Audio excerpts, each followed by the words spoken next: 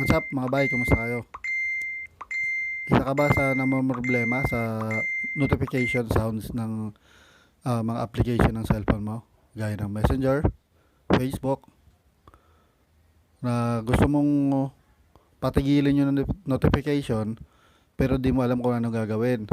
Lalo na sa gabi at matutulog ka na. Nabubuheset ka dahil tunog ng tunog yung cellphone mo. Kaya minsan ginagawa natin, pinapatay na lang natin mismo yung cellphone para matigil na rin yung notification. Well, pwede mo siyang i-disable yung notification. Madali lang siyang gawin. Ganito lang.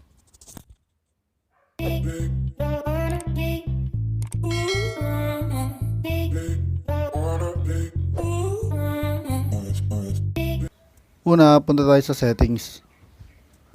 Yan, click natin.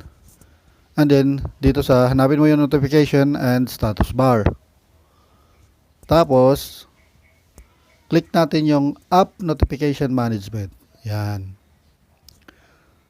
So, andito lahat ng mga applications mo. Ngayon, kung ano yung panay ang tunog na application sa cellphone mo, usually madalas dyan is Messenger. So, disable natin yung Messenger.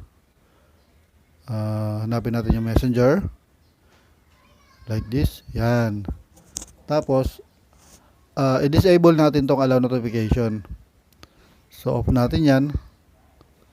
So, yan. Titigil na yung ano yan. Yun lang. Ngayon, punta naman tayo sa Messenger natin mga bay. Click natin yan.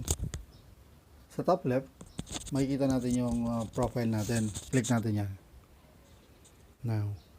Now scroll down, hanapin natin yung notifications and sounds. Click natin yan. Kung makikita nyo sa pinakataas, sa pinaka-topmost, naka-on yung notifications and sound. Pwede natin siya i-disable dyan, pero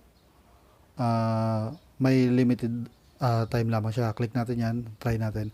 So nakikita nyo, mute notifications for 15 minutes, 1 hour, 8 hours, 24 hours, or until alarm.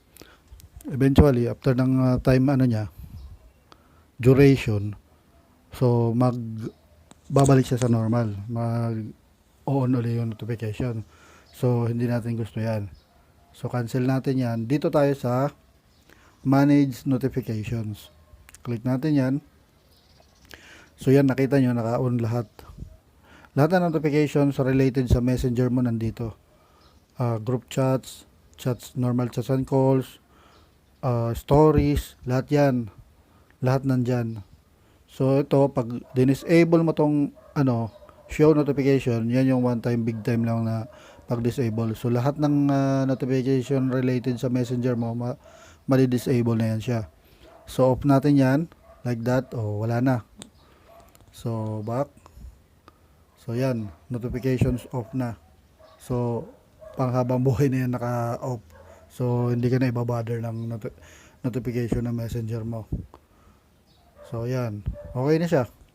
So, ganun lang, bye. Mga bye. Sana nakatulong sa inyo ang video na to. Sana may natulungan kayo. Kung nagustuhan nyo yung video na to, huwag kalimutan mag-like and subscribe. At pahit na rin ang notification bell para updated tayo sa mga susunod na video uploads natin. So, yun lang mga bye. Maraming salamat. God bless. At hanggang sa muli. Bye-bye.